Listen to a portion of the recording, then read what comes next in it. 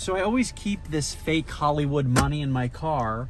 So when a homeless person asks for money, then I give them like a fake $5 bill. So I feel good about myself. They feel good. MAGA sycophant Johnny McKenzie, who is a senior advisor to the right-wing authoritarian plan Project 2025, just released a disgusting video about homeless people that he claims is a joke, but we know for a fact that right-wingers and other people in the MAGA movement have trouble empathizing with other people's lived experiences if it doesn't map on to their own lived experiences. We see this with minorities, we see this with LGBTQ people, we see this with abortion. I'll break this all down, but first, let's watch this video.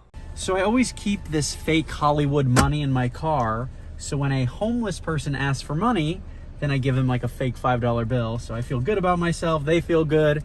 And then when they go to use it, they get arrested. So I'm actually like helping clean up the community, you know, getting them off the street.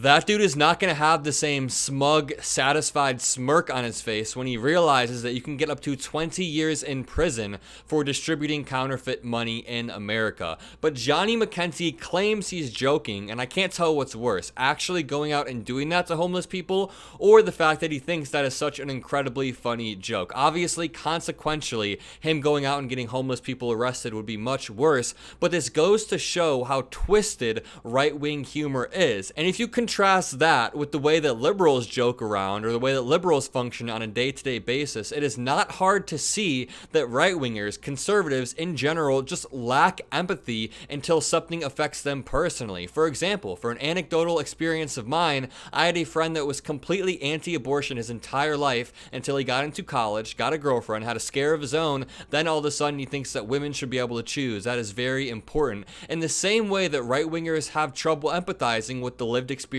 of Black Americans or with LGBTQ Americans until they have a gay person in their family. It's a tale as old as time. People are homophobic until they have a gay niece or a gay cousin, and then they start to understand the plights of gay people in America. Friend of the show, Tara Setmeyer, who is a conservative that works for the Lincoln Project, said, "What a cruel, indecent POS. As someone who helped her mom get a homeless day center off the ground and watched the incredible work her mom did to help countless homeless reunite with their families or get the helping hand they needed to live productive lives, I can't imagine being this awful as a human being, which explains why I'm proudly not MAGA and working so hard to defeat this ilk." Tara Setmeyer calls herself a sane conservative who has separated herself from the MAGA movement while upholding conservative values, which in my opinion is incredibly respectable. And as I mentioned, the person who made that video, Johnny McKenzie, is one of the people spearheading the Heritage Foundation's plan in case Donald Trump gets back in new office, Project 2025.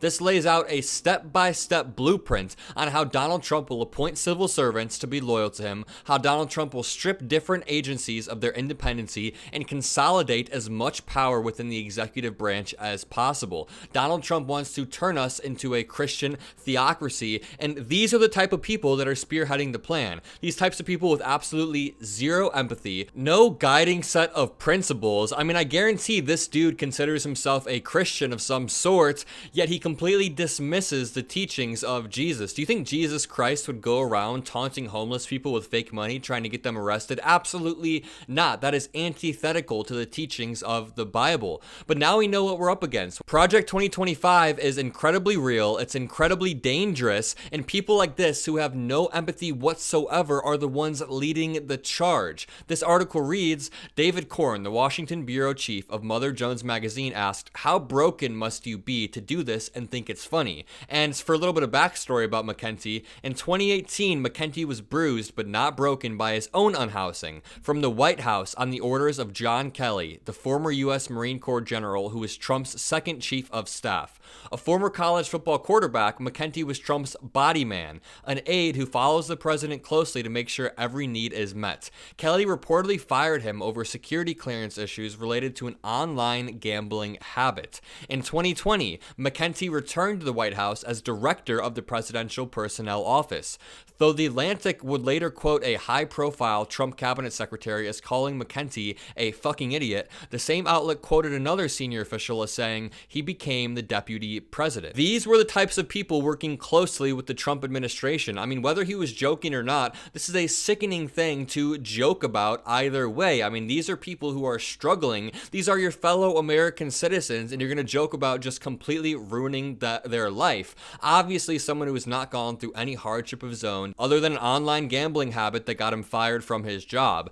As described by The Atlantic, McKenzie led a fierce drive for loyalty which made the disastrous last weeks of the Trump presidency possible, backing the president's manic drive to overturn the election and helping set the stage for the January 6th assault on the Capitol. McKenzie is widely reported to be involved in preparations for a Trump second term meant to feature far-reaching reforms under the label Project 2025 and purges of government officials deemed insufficiently loyal. As McKenzie's video about giving unhoused people fake money spread around the internet, however, some observers pointed to a possible problem with federal law should he ever prove not to be joking. Under 18 U.S. Code Section 480, whoever within the United States knowingly and with intent to defraud possesses or delivers any false, forged, or counterfeit bond, certificate, obligation, security, treasury note, bill, promise to pay, banknote, or bill issued by a bank or corporation of any foreign country shall be fined under this title or imprisoned not more than 20 years or both.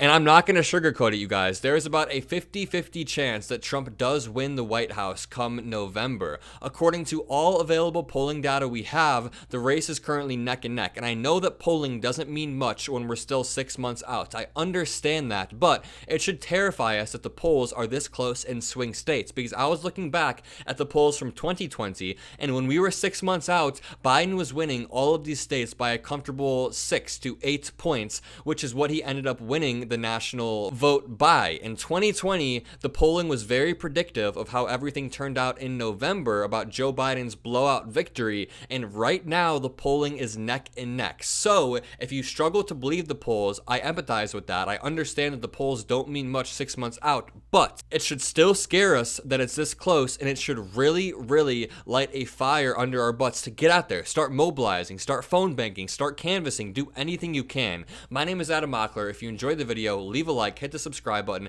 comment a blue heart if you made it this far. Most importantly, have a great Monday, everyone.